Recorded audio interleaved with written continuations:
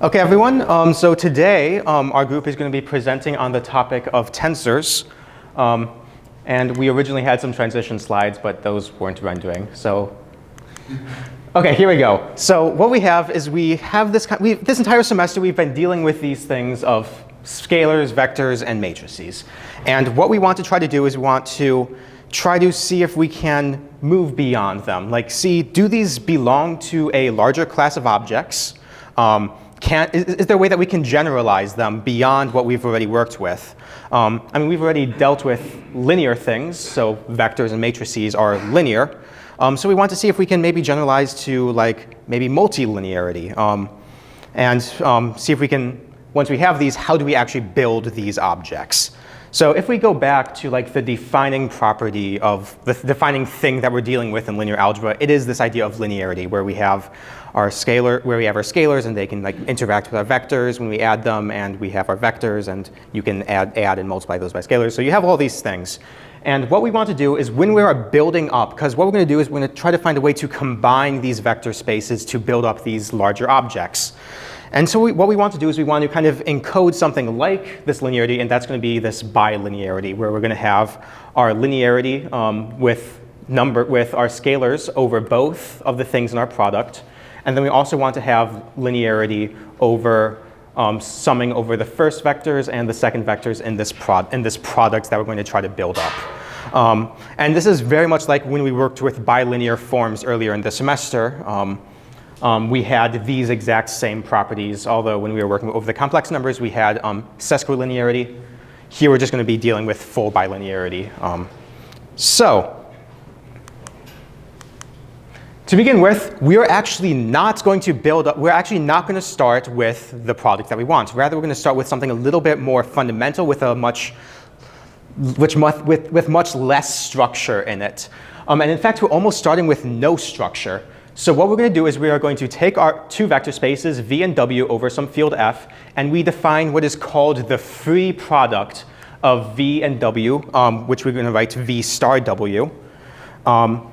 And what we're going to do is we're going to define this to be the vector space formed by the span over f of all pairs of vectors v and w, which we call the formal product of v and w, written v star w, where v is in v and w is in w, and where we say there are no algebraic relationships between these different pairs. So if we have this pair here, like cv star w, this has no relationship at all to c times v star w. V star w and cv star w are completely different objects. You can think of them as pointing in different directions. So there's no way to combine them. We can't simplify any of these or convert between them. So we have no structure here whatsoever. We don't have any bilinearity. So now we want to actually see if we can take this and build up to our desired to what we want. So what we're going to do is we're going to use these things called cosets. If any of you have taken abstract algebra 4, you are familiar with these in the contexts of groups. We're doing this with vector spaces now. So what we do is we have our vector space v and some subspace s of v with some vector in v and v. And what we do is we define the coset of v with s, written v plus s, to be the set of all vectors v plus s, where s is in s. So that means we are creating a new set of vectors. And something you should note is that this set of vectors is not necessarily a vector space. So what we have is, now that we have this thing called cosets, we're going to prove a theorem that is going to be very useful later on. If we have our set S and it is a vector space with v, and we have a vector that's in that set S, then v plus s is equal to our original set S. So that means that when we coset a vector space with something from itself, it almost does nothing to it. It acts almost like a zero. So the proof is pretty straightforward. We see that we first start, if we have v in s and s is in s, then v plus s, then, well, since both of these are in s, then by closure s minus v has to be in s as well. So then v plus s minus v which is s, must be in v plus s. So that's one way. And similarly, if v is in s, then if we say that s is in v plus s, then we have, well, s, well, we can add the 0 vector, so we can add v minus v to it. We can then rearrange that to v plus s minus v. And we know that this is in v plus s. But then if we look up here, we have the sets v plus s where s is an s. So we can kind of pair this. We see this thing, s minus v, is an s. And then, since we know that v is already an s, and we can then just kind of add another copy of v, and we recover that s is an s. So since a vector s being in one set implies it's in the other, we have that these two sets are necessarily equal.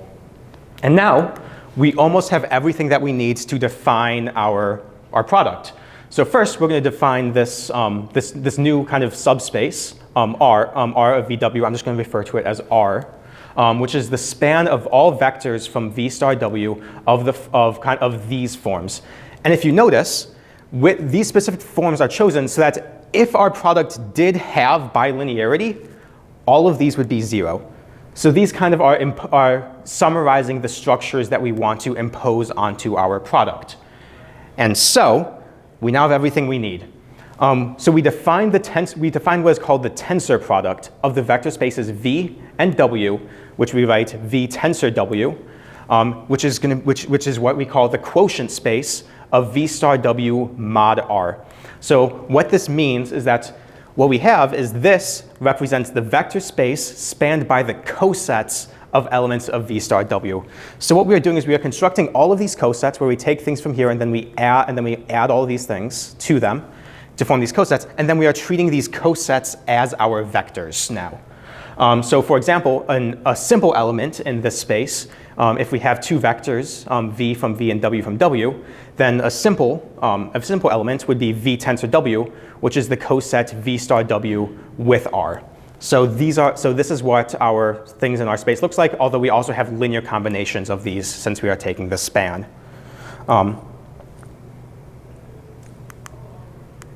So now we want to see that first want to show that the thing that we created actually has the properties we wanted. So here's our kind of like first theorem of like true substance. If we have our vector spaces and all of these things in our vector spaces and fields, then we actually have these properties that we want. And I'm only going to prove the first one. The other proofs are pretty much identical, actually. So we're going to prove this one here. So we start with CV tensor W. And then what we can do is we can kind of go back to what we had before, and we can expand this as like our coset expression that we had before, where we have CV star W plus this thing. But then remember that first theorem that we proved. We can take anything inside this space R, and we can add it to there, and it won't change what we have. So therefore, we can take this C times V star W minus CV star W. And if you remember, that's one of the things that's inside of R. So we have that these two expressions are equal. But then if you notice, this thing here and this thing that kind of goes between these two lines cancel. And then that leaves us with exactly what we want. We have C, we then left with C times V star W cosetted with R, which we can then re-express as C times V tensor W. So by creating these cosets, we actually perfectly recover the structure that we wanted. So since we can combine two vector spaces, V and W, into a single vector space, and we kind of imbue this or endow this with kind of internal bilinearity, you might ask, like, if we've taken these two and put bilinearity inside of them, then can we treat if we think about bilinear maps on these two, can we treat them as being like linear maps instead on this single vector space? And in fact, we can. And to give you an idea of how important this is called the universal property of the tensor product. Actually, in some ways of working with the tensor product, you instead use this as one of the defining things of the tensor product rather than something you prove. So you can kind of see what this is, and it's very long and formal. But pretty much the idea behind it is that if you have your vector space of linear maps from V tensor W and your space of multilinear maps from V and W, then if you create a mapping between the two of them that obeys a specific property, then what you get is that this mapping is actually an isomorphism. So we actually get that these linear maps on the tensor product and these multilinear maps on the two spaces separately are in this way kind of the same thing. And so pretty much, and I'm only going to prove on one-to-one. And to do that, we're first going to show a little lemma. This is actually a kind of cool one. If T is a linear map, and we have that TV being 0 implies that V is 0, then we get immediately that T is one-to-one. The theorem is actually really straightforward. We just plug in two vectors, V and U, take their difference, just pretty much move it to one side, apply linearity, and then we use our assumption that TV equals 0 implies V equals 0. We then get that V minus U is 0, and therefore V equals U. So that means that we have exactly what we wanted. We have that our mapping is one-to-one. So now, to show that's one-to-one, we have our rho star, which is what we're trying to show is our isomorphism, and it's acting on T. So we have that this, we're assuming that this is 0. And then what we get is that T acting on any elementary tensor, which is just the tensor product of V and W. That's what this mapping rho is. It takes two vectors to their tensor product. And we get that this is 0 for all elementary tensors. But since all tensors are a linear combination of elementary tensors, and we have that T is linear, then we immediately get that T must be 0 for anything that goes into it, and therefore we get that rho star is one-to-one. So since we kind of built our matrices and vectors, or since we built tensors to kind of have these some similar properties of matrices and vectors, we may remember that matrices have this kind of almost natural interpretation as linear transformations. So we could wonder, like, can we do something similar with tensors? And as an example, let's consider the tensor V, tensor T, which is going to be from V star, which is the dual space of V. So that's the space of all linear forms on V. So we'd take that dual space and tensor it with W. So we then have that T is equal to some V1 star tensor W1 plus V2 tensor W2, etc. And then what we're going to do is we're going to define kind of like the almost like natural linear transformation on T, which is going to be T hat on V. And what we do is we're going to take this V, which is going to be from our original vector space V, and then we're going to kind of stick it inside of each one of these dual vectors. So what we end up with is we're putting in this vector V, and then we get to V1 star V. Well, that's a scalar times W. That's something from W. Then we get another scalar times W plus, and then you can see the pattern. We're going to get scalars times W. So we stuck in something from V, and we get out a sum of vectors from W. So we see T hat is actually a linear map from V to W. And it's really easy to show that this is linear. So we've kind of encoded this tensor as a linear transformation. And we can do something very similar. We can take a linear transformation, and then we can decompose it into a tensor. So we have our most general possible linear transformation, where we have E1 and E2 are our basis vectors, and we're going to have epsilon 1 and epsilon 2 are going to be our dual basis vectors. And we require that E1 or EI and EJ and epsilon j. When you have them act on each other, they're going to be 1 when I equals j and 0 otherwise. So it's kind of like our natural dual basis. So what we do is we have our transformation acting on some vector. We expand it out. So we have this. This is how we are defining our transformation. And then what we can do is we can kind of expand this by, we can kind of factor out these A, E1s, epsilon 1s. And if you go through and you go through and recombine these, you'll get the previous line. And what you can do is then you can go and you can do some shenanigans, and you can kind of factor out this piece here. And while this may not look very enlightening, if I just take this and just stick it into two lines, this actually begins to look like something very similar, or very familiar, sorry. If we were to take this thing and distribute it inside E1 and epsilon 1, well, so those would combine to become 1, and then we'd be left with an E1 times AX, but then this thing would disappear. So these two combine naturally. But then if we do something similar here, we have that this will combine naturally, and then we are left with something from E1. So we have this plus this times this plus this times this yields something that would be in this spot. And then we also have, you can do the same thing. This plus this, this times this plus this times this will naturally yield something to this spot. And that looks pretty much identical to what we have with matrix multiplication. And in fact, this is the tensor equivalent of matrix multiplication with a vector. So we can actually then do this in general. What we do is we have some transformation T, which goes from vector spaces v1, v2, etc., onto w1 tensor w2 tensor w3, etc.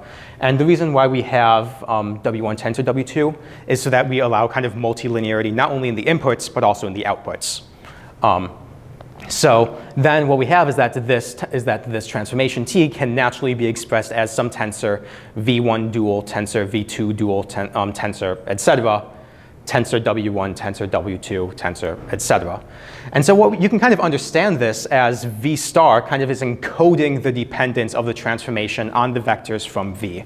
And the dual spaces kind of allow us to take in vectors multilinearly, and then the non-dual spaces allow us to return the tensors multilinearly.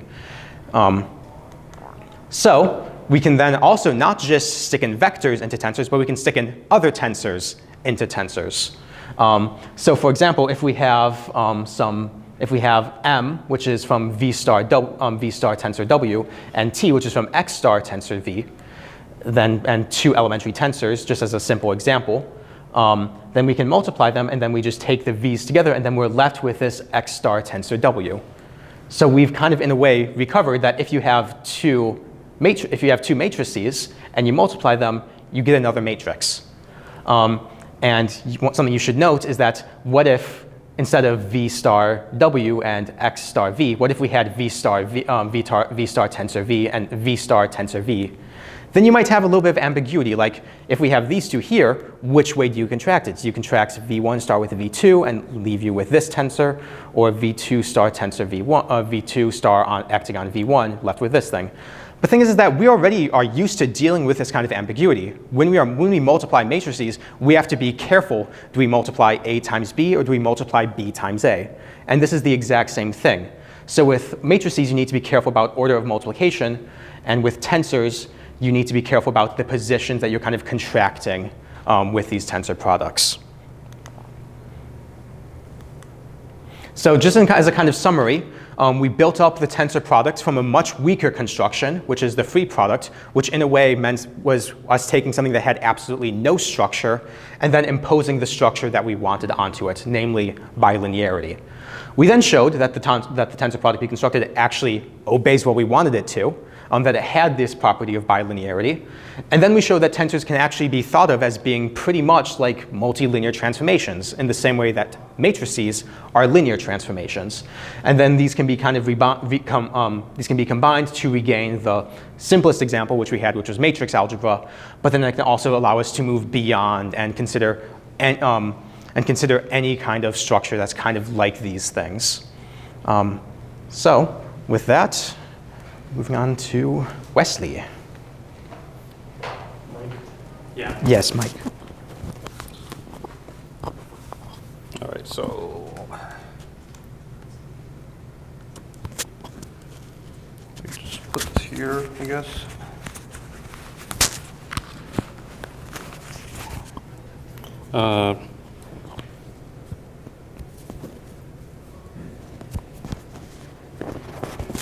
Like that. Is that good? Is it coming up all right? Okay. 1 sec.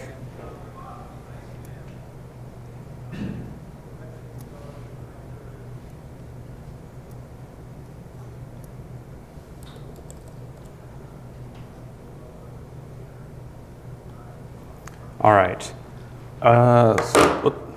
Sorry. Okay. All right. So I'm going to be talking about tensors in physics. I'll start with like a brief overview of tensors in physics as a whole, and then I'll dive into a specific example. Physicists like tensors because they provide a concise framework for solving all kinds of physics problems. So you got linear and angular momentum, so like things moving around can be modeled with tensors. Electromagnetic field interactions are a lot easier when you use tensors. In quantum mechanics, we combine quantum states using tensors. And literally all of general relativity is pretty much nothing but tensors. Alex just got done talking about tensors as multilinear transformations, right? And they're multilinear transformations in the same way that matrices are just regular linear transformations. But like the way we're used to writing matrices are as like, which one's the, sorry. Oh, there we go, sorry. We're used to writing matrices as just 2D arrays of numbers. And so if tensors are multilinear transformations, then we can write them as multidimensional arrays of numbers. And like this is kind of the standard way to write matrices in physics, especially because we usually want to see what's going on with the components themselves. So that's our overview. So now let me introduce the example I'm going to be talking about. The electromagnetic field tensor, also known as the Faraday tensor. It's it's still two-dimensional, so it kind of looks like a matrix, but 2D tensors are a lot easier to put on a slide. The electromagnetic field tensor is a relativistic expression of the fundamental laws of electromagnetism, which is great because it combines both relativity and E&M into like one concept. And so it's a nice demonstration of the kind of stuff we do with tensors in physics. And it may not look like much to you right now, but before we can really appreciate it for what it is, we have to lay a little bit of groundwork. So with that, I'm going to talk a little bit about relativistic notation. Some of you may know of the principle of relativity, which states that the laws of physics apply the same way in all inertial reference frames. And an inertial reference frame just means it has constant velocity. So if I'm like me standing right here is an inertial reference frame, someone driving in a car at a constant rate is an inertial reference frame, so on and so forth. And we should experience physics in the same way. And transforming between inertial reference frames is a lot like transforming between different bases, which is something we've been doing all year in this class. But up till now we've been doing stuff with stationary bases. So what do we do with a basis that's moving? Well, we've got to introduce a fourth dimension, which is time. So now we have one time dimension and then x, y, z for our spatial dimensions. And we define a Lorentz transformation as a kind of linear transformation that utilizes all four dimensions to transform from one inertial reference frame to another one that's moving. For example, a Lorentz transformation from a static frame to one that's moving in the x direction will look something like this, where the barred components are our moving reference frame and the regular components are our still reference frame. And you'll notice the time and the x components are kind of like intermingling with each other as we transform into the moving basis. And so to kind of aid our discussion about Lorentz transformations, we define something called a four vector, which is just a four component vector with a time component first and then x, y, z. That transforms in a specific way under Lorentz transformations, the Lorentz transformation. When you express the Lorentz transformation in terms of four vectors, it becomes just matrix multiplication. This lambda right here is the Lorentz transformation expressed as a matrix. Another thing that we define for convenience is the idea of covariant and contravariant vectors. Typically, a covariant vector is written with a subscript index, and a contravariant vector is written with a superscript index. And you can raise or lower these indices with this matrix multiplication right here by multiplying it by some tensor g mu nu, which is called a metric tensor. And exactly what that metric tensor is going to change based on your coordinate system. So in our case, with the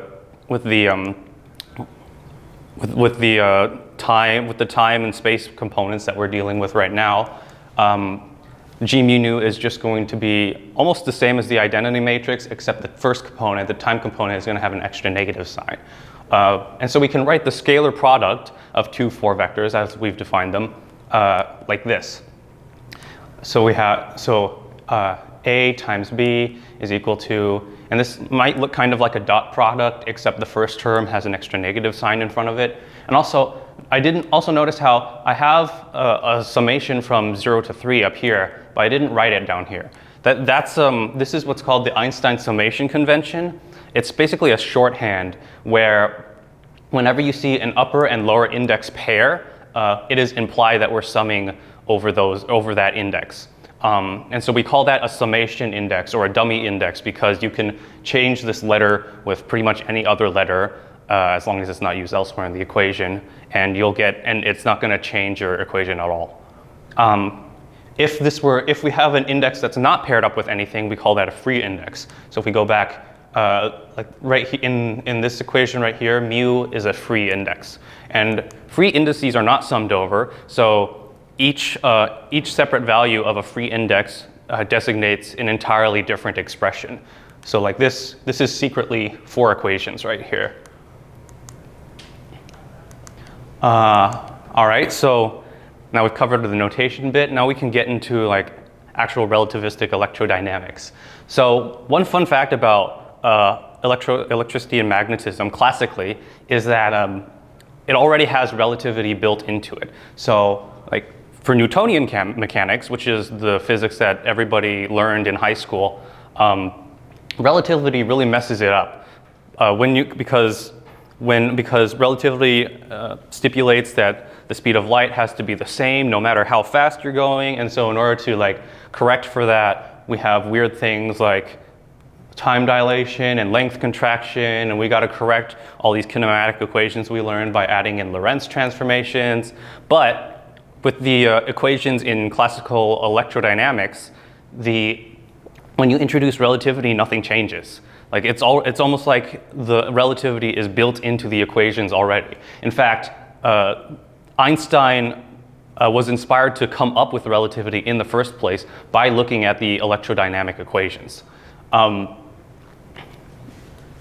The one thing that can change when you transform between inertial reference frames for electrodynamics is the field. So like an electric field in one reference frame can look like a magnetic field in another reference frame.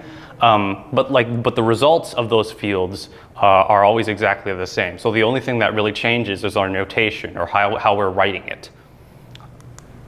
Now I did just say that an electric field in one frame can look like a magnetic field in another frame. That's a little bit of an oversimplification because it's not quite one-to-one. What's what's happening is when you transform into another reference frame, the electric and magnetic field components kind of stir together based on the Lorentz transformations. And so if we take the Lorentz, the physical moving Lorentz transformation that we defined earlier, we can apply that same principle to the electric field and the magnetic field and come up with these Lorentz transformation rules for electric and magnetic fields. This, in this case, is the same case as before, where we have a field moving, where we have an inertial reference frame moving in the x direction, and we can also write these Lorentz transformations as an antisymmetric second-rank tensor of this form. And since it's second rank, we have not one but 2 of the Lorentz transformation matrices multiplied together.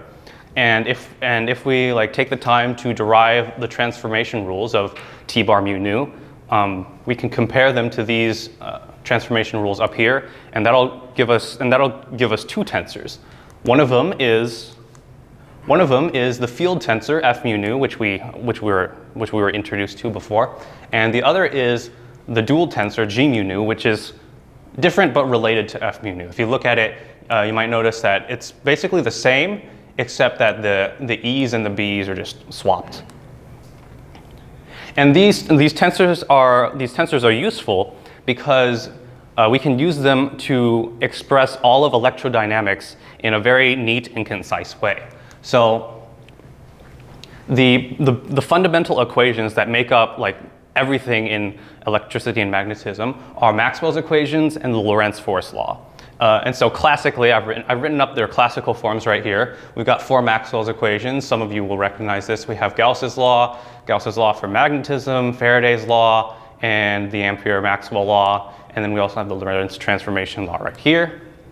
But these 4 Maxwell's equations, they're like we've got vector products, we've got cross products, we've got curls and all that, and it's a little bit cumbersome to work with. It'd be nice if we could reduce these to something a lot simpler. And with the field and dual tensors, we can. When we use F and G to express our Maxwell equations, those 4 equations simplify to just 2. And these certainly look a lot simpler than what we saw on the previous slide. Here J is the 4-vector current density, just J mu and is equal to C rho, Jx, Jy, Gz. C rho is the time component, is just speed of light times the the charge density. And we also have a summation that's implied over mu, the index mu. And notice that, the index nu is the summation, and then mu is a free variable. So, and since mu is a free variable, that means that these 2 equations are each secretly 4 different equations. One for mu equals 0, one for mu equals 1, 2, and 3. And so if we plug mu equals 0, 1, 2, and 3 into these 2 equations, we can very quickly derive Maxwell's equations and the Lorentz force law very easily. And it'd take a while for me to do all of those, so I'm just going to do Gauss's law for now. So to derive Gauss's law from our tensor equations, we take the first one and we set mu equal to 0. And so we have the 0th component of J, which as we saw in the previous slide is C times rho. And then we can also expand this partial derivative over the summed index. And if we do that right here, we have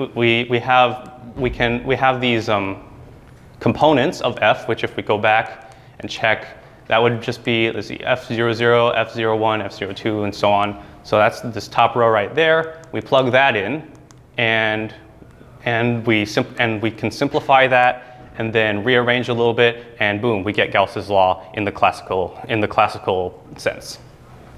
And the rest of Maxwell's equations can be similarly derived from either this tensor equation or the one that uses G.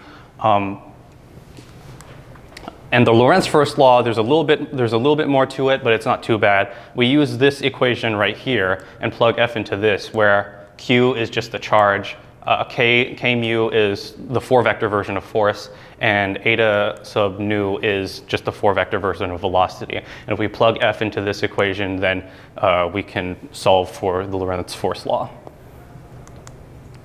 So, in summary, the electromagnetic field tensor, F mu nu, and the dual tensor, G mu nu, are basically just alternative ways to write electromagnetic transformations.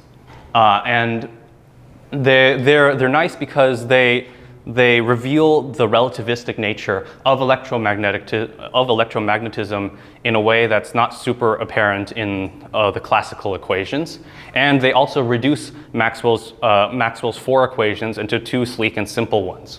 And this idea of simplifying equations into more compact forms is one of the things that makes tensors so useful to physicists. So like in relativity, like if you ever take general relativity, you might have an equation that has like 3 free indices in it. And so that's 4 times 4 times 4 is 64 equations, all compacted into one single tensor equation. And there's no way we'd be able to do general relativity without tensors. And I think that's pretty cool.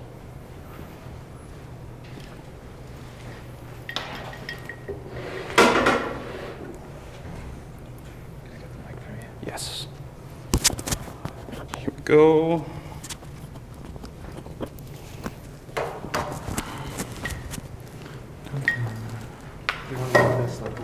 Yeah, let's move it over here.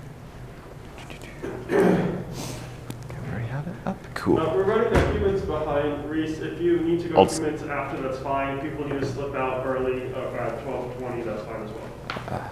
I will try to cut. 20, whatever time you need. I'll try to cut a little bit. 7 minutes, okay. Okay, everyone, so for those of you who are familiar with programming, you might be familiar with the idea of an array. An array is essentially just a list of variables that we can store for later use by the program. And so we have an example of an array here. And similarly, we can also create two-dimensional arrays, which are arrays inside of arrays and arrays of arrays. So you can kind of imagine it sort of like a matrix. The first dimensional array is similar to how we think of a vector, and two-dimensional arrays are similar to how we think of a matrix. Now, just as we saw earlier that tensors are the generalization of vectors and matrices, similarly, tensors in programming serve as a generalization of arrays to higher dimensions. And so we use the NumPy library in Python to handle tensors, and they're very handy. And you can see we created we turned our two-dimensional array into a tensor, and we can look at the dimension here, and it's a two-dimensional tensor. And so one thing to note here is that when we think of, say, a 5-dimensional tensor, or a 5-dimensional vector, we think of a vector with 5 entries. But when we think of tensors and their dimensionality, we're kind of thinking of how nested they are. So to give you an example, a 2-dimensional tensor could consist of 2 5-dimensional vectors. So a little confusing, but just pay attention to that. And similarly, we have an example here of a 3-dimensional nested tensor. And so tensors are really handy for bundling data together. And so here we have an example. We have an image of our professor here. And if I kind of unravel that, notice that for those of you familiar with graphic design, you might be familiar with RGB values for colors. And so essentially what we have is like a grid here of color values. So we have three of these grids. So we have one for red, one for green, one for blue, and you have the color values in all those places. And depending on if it's transparency image, there's also an alpha value. And so we have these 3 stacks of 2x2 grids that are creating this image. And so if we unravel it here, we look at the pixel values underneath here, you can see it's a 150 by 100 by 3. So that's a 3-dimensional tensor right there. And so yeah, we have our professor as a tensor. Very cool. And so these bundles of data that we're using to represent things, these are really handy for when we're trying to process data or store images. For a brief example, in my research, I use tensors to represent video data in order to do machine learning on it. And in particular, machine learning really likes these bundles of data to work with, and I'll show you why here. So to give you a real-world example of why these are helpful, we're going to look at an example of image recognition, particularly handwritten digit recognition. So you can think of this is training a computer to look at something that's written and see, okay, well, this is what the digit is. And it's very analogous to how self-driving cars might recognize that, oh, there's a grandma on the street, let's swerve around her.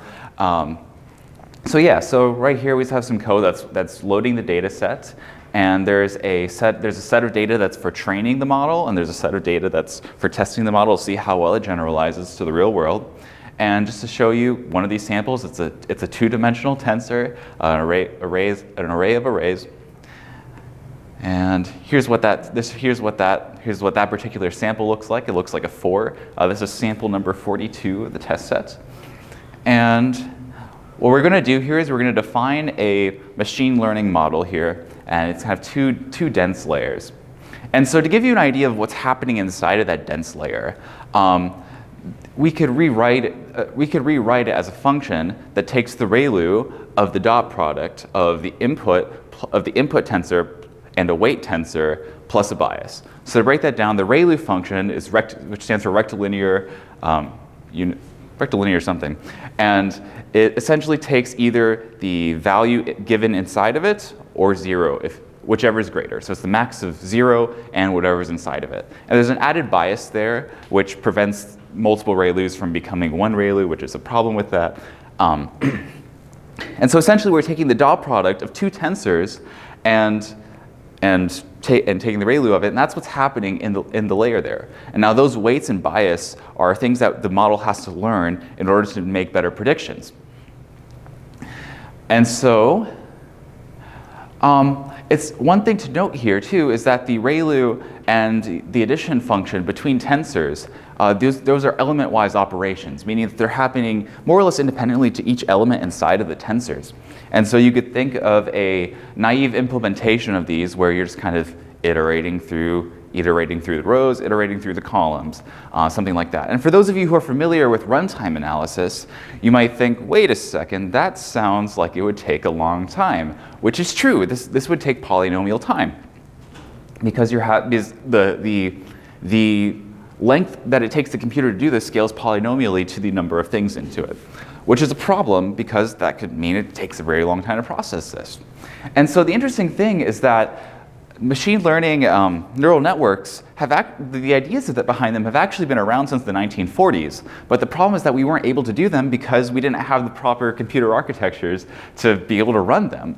And so these days, since we have modern GPUs that can do tons of things parallelly, and we have just really fast computing power, now we're able to do a lot more of these calculations and make neural networks a lot more viable. And so in reality, the functions wouldn't be implemented like that. They'd be probably implemented in something like C or Fortran at a lower level, and they would implement a lot of parallelism to make them run really fast. So here we're just going to do a little it's analogous to transposing a matrix. We're going to do that just so it fits into the model better. And we train the model on those training images. And it goes through that 5 times through the whole data set. And each time it's updating those weights in order to get a better prediction. And so the batch size is, because we're not going to feed all the data through the model at once, we're kind of breaking up into a set of smaller tensors. So that's 128 images forms the input tensor that we're giving it at a time. And so here you can see a basic summary of just our 2 layers in the model. And this is the general process of the data goes through the layers, gets deformed, and makes predictions. But there's a loss function which is saying, oh, how far is it off? We're trying to minimize that loss function, which after that prediction's made, we get the score, and that data goes backward and goes back to the weights to say, okay, you should update it and give us better predictions. So how that's actually happening is similar to so what the model is doing is creating a high-dimensional manifold of the data of how the different weights affect the loss function.